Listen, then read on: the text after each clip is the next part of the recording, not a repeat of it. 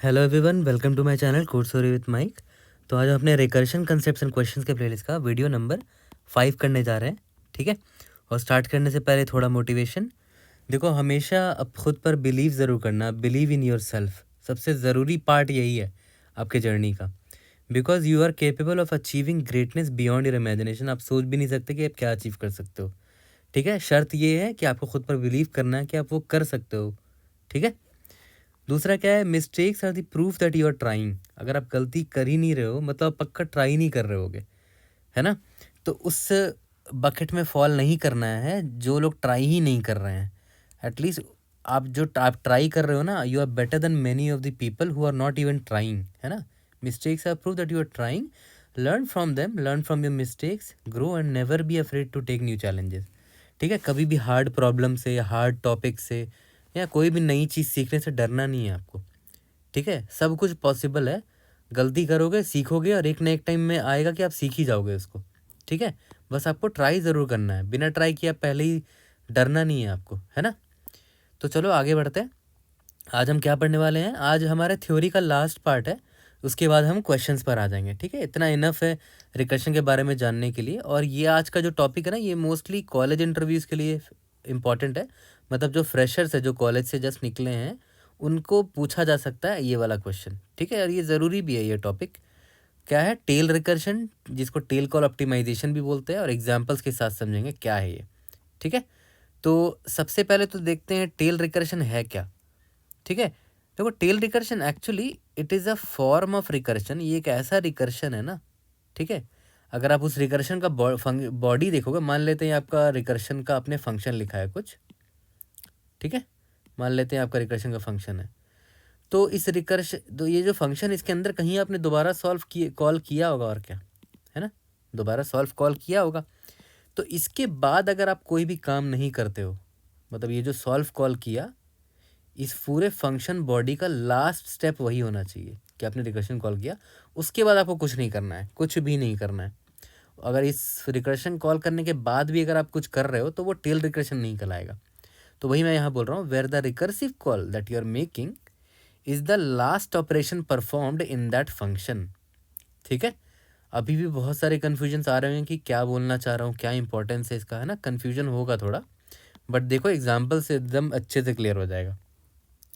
Let's understand this with a simple example. मान लेते हैं कि आपका ये सिंपल सा एक फंक्शन था और आपने इसका रिकर्सिव फंक्शन लिखा है।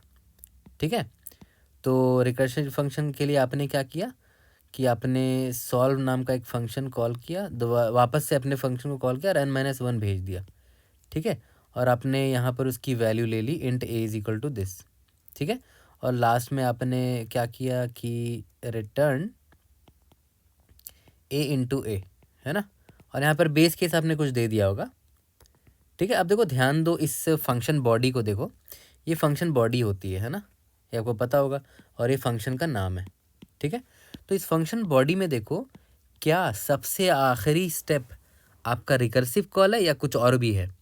देखो, सबसे आखिरी स्टेप मुझे ये दिख रहा है, रिकर्सिव कॉल नहीं दिख रहा है। तो ये नॉन टेल रिकर्शन हुआ, this is not a tail recursion, non tail recursion. ठीक है। टेल रिकर्शन का मतलब क्या होता है कि लास्ट, एकदम लास्ट में रिकर्शन कॉल होना चाहिए और उसके बाद कुछ नहीं करना चाहिए आपको। ठीक है। तो मैं टेल रिकर्शन आपको दिखाता हूँ। यहाँ पर देखो कि आपने एक फंक्शन लिखा इंट सॉल्व।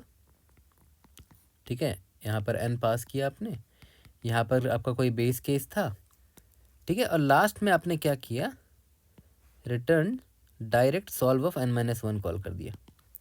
ठीक है। Direct solve of n-1 call कर दिया। और अब एक चीज़ ध्यान दो, क्या इस रिकर्शन लास्ट स्टेप, इस फंक्शन बॉडी का लास्ट स्टेप क्या है, इस फंक्शन बॉडी का लास्ट स्टेप है रिकर्शन जो आपने कॉल किया है, राइट, है ना। उसके बाद आप कुछ नहीं कर रहे हो, देखो नीचे कुछ नहीं कर रहे हो, ये लास्ट स्टेप है। तो ये हुआ आपका टेल रिकर्शन। तो अब आपको लग रहा होगा कि ये मैं क्यों बता रहा हूँ, क्या खासियत है इस टेल रिकर्शन में, आखिर क्यों इसके लिए अलग से वीडियो बनाई गई है। तो उसको अभी हम लोग अच्छे से समझते हैं। तो देखो, एक एग्जाम्पल पहले एक और देखते हैं, और मैं आपसे वीडियो पॉज करके खुद से सोचना कि फैक्टोरियल का जो कोड ये है ना, पुराना वाला कोड जो आपने पढ़ा होगा, यही कोड तो आपने पढ़ा है ना फैक्टोरियल का। अब तक मैं आपको यही कोड दिखाता आया हूँ स्टार्टिंग से। तो आपको ये बताना है कि ये टेल रिकर्शन है या नॉन टेल रिकर्शन है। ठीक है। तो आई होप आपने वीडियो पॉज करके सोचा होगा थोड़ा। अब देखो ध्यान दो, ये क्या है एक्चुअली में। देखो इस फंक्शन का लास्ट स्टेप देखते हैं। लास्ट स्टेप ये दिख रहा है मुझे, ठीक है। अब देखो ध्यान दो, ये जो रिकर्शन फंक्शन मैंने कॉल किया है, ये जाएगा, फिर वापस से कोई वैल्यू आएगी, और उसके बाद एक और चीज़ हो रहा है। अब वो क्या हो रहा है? वो हो रहा है एन से मल्टीप्लाई। तो लास्ट स्टेप ये है एन से मल्टीप्लिकेशन, ना कि फैक्टोरियल का कॉल, है ना। रिकर्शन का जो मैंने कॉल मारा है वो लास्ट स्टेप नहीं है। लास्ट स्टेप क्या है? ये जो एन से मल्टीप्लाई हो रहा है, मतलब पहले क्या हो रहा है? पहले फैक्टोरियल से कॉल हुआ, इससे जो भी वैल्यू आई होगी, मान लेते हैं एक्स आया होगा, उसको फिर हमने एन से मल्टीप्लाई किया है। तो ये पहला स्टेप था। ये दूसरा, मतलब लास्ट स्टेप ये है, ठीक है। तो ये नॉन टेल रिकर्शन हुआ, है ना। ये नॉन टेल रिकर्शन है, क्योंकि लास्ट स्टेप इसका रिकर्सिव कॉल नहीं है ना। और टेल रिकर्शन में मैंने आपको क्या बोला था कि the recursive call is the last operation performed, but यहाँ पर ऐसा नहीं है। यहाँ पर recursive is not the last step, यहाँ पर लास्ट स्टेप है ये मल्टीप्लिकेशन। तो ये नॉन टेल रिकर्शन है, ठीक है। यहाँ पर मैं मार्क कर देता हूँ that this is a non tail recursion, है ना, ठीक है।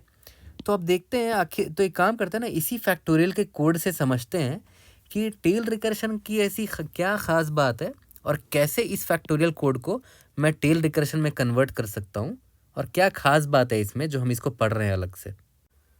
तो देखो इस फैक्टोरियल कोड को मैं ये नॉन टेल था ना, क्योंकि लास्ट टाइम में मल्टीप्लिकेशन हो रहा था। लास्ट ऑपरेशन रिकर्शन कॉल होना चाहिए था, तभी वो टेल रिकर्शन कहलाता है, राइट। तो देखो कैसे मैं इसको टेल रिकर्शन में कन्वर्ट करता हूँ, ठीक है। अब देखो ध्यान देना, फैक्टोरियल का जो फंक्शन है, मैंने आपको क्या बोला था कि प्रॉब्लम क्या हो रही थी कि रिटर्न क्या कर रहे थे, फैक्टोरियल ऑफ n-1 तो कॉल कर ही रहे थे, लेकिन साथ ही साथ जो भी वैल्यू यहाँ से आती उसके बाद एक ऑपरेशन भी कर रहे थे। वो ऑपरेशन क्या था? n से मल्टीप्लिकेशन। यही गड़बड़ है ना, लास्ट ऑपरेशन ये मल्टीप्लिकेशन था, तो मुझे ये नहीं करना है। लास्ट ऑपरेशन सिर्फ रिकर्शन कॉल होना चाहिए। तो मैं चाह रहा हूँ कि लास्ट ऑपरेशन सिर्फ ये हो मेरा, ठीक है। तो अब इसके लिए हम क्या कर सकते हैं कि सिर्फ रिकर्शन कॉल ही मुझे कॉल करना पड़े।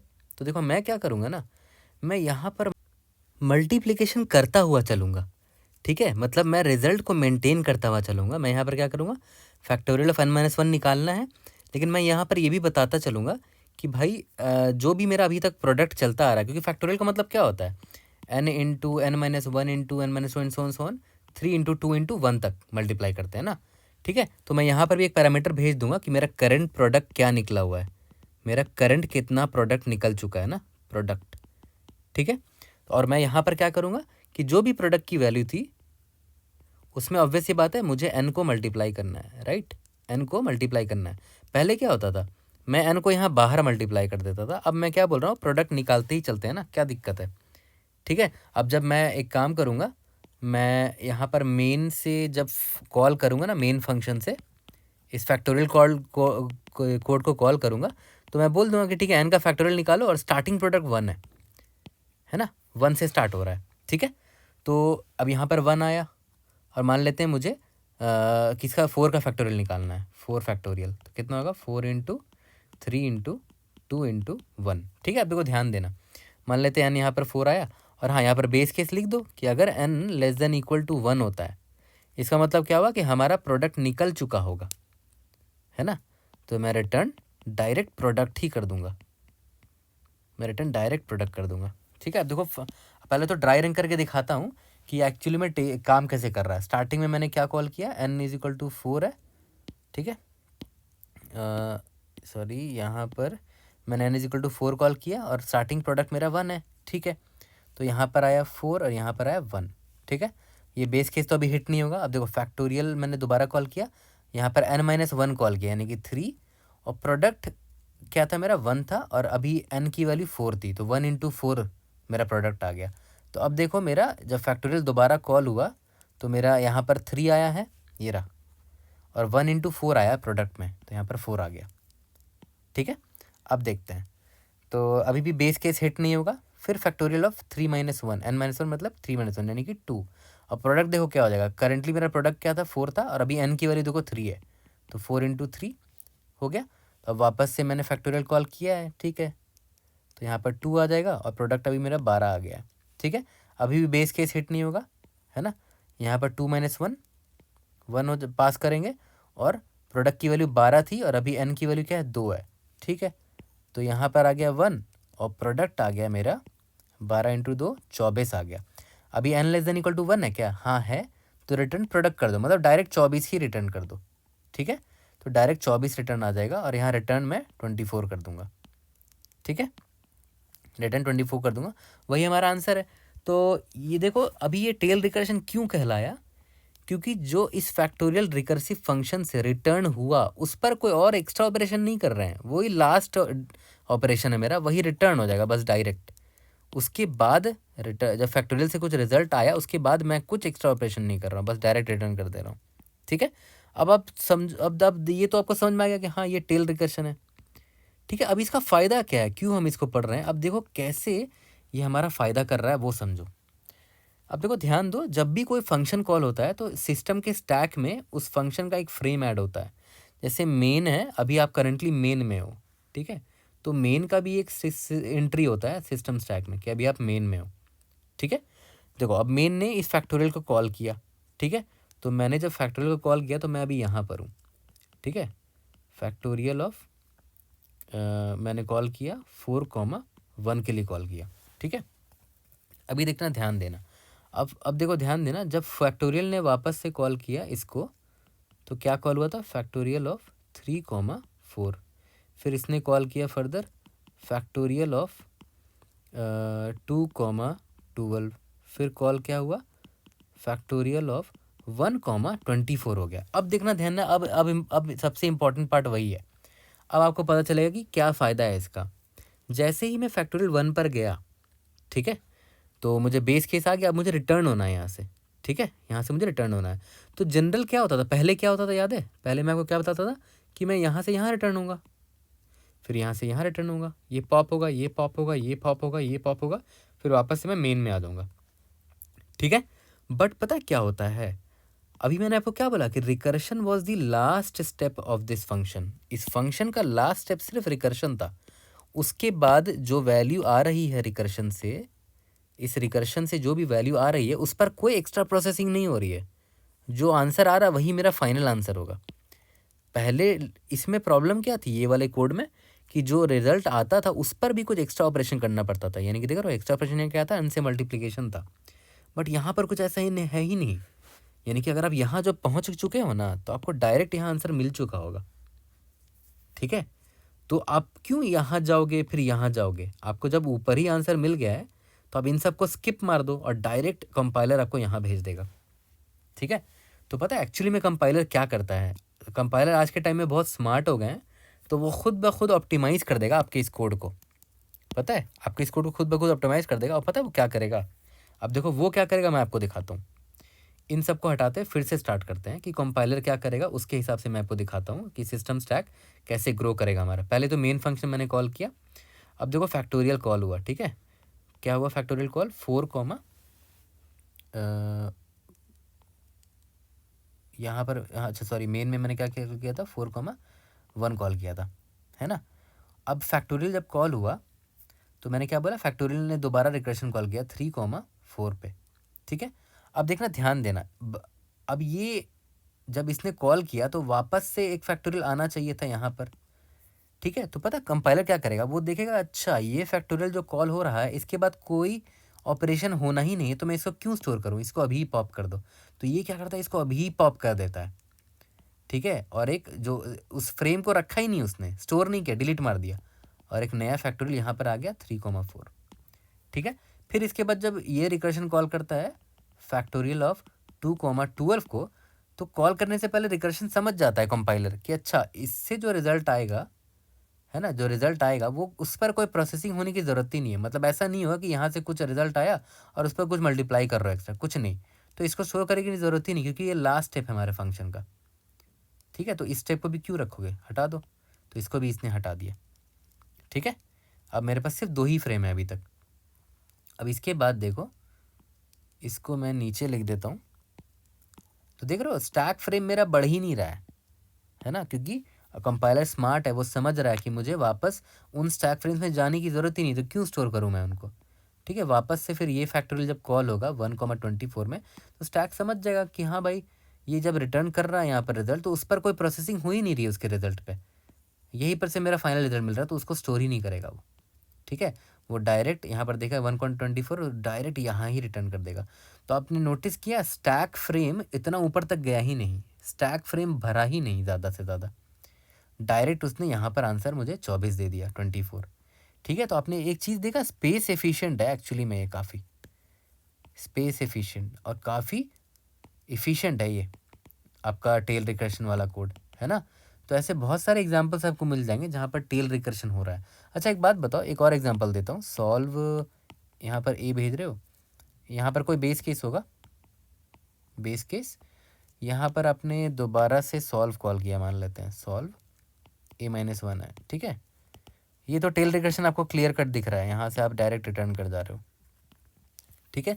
लेकिन इस पे ये टेल रिकर्शन, लेकिन इस पे अगर 1+ कर दिया तो देखो ये टेल रिकर्शन नहीं है, क्यों, क्योंकि ये इससे जो भी रिजल्ट आएगा, है ना, मान लेते हैं रिकर्शन करते हुए आप यहाँ चले गए, ठीक है, तो वापस आपको यहाँ आना पड़ेगा, क्यों, क्योंकि यहाँ पर 1 एक है मेरा वेट कर रहा है वो ऐड होने के लिए, तो ये टेल रिकर्शन नहीं है।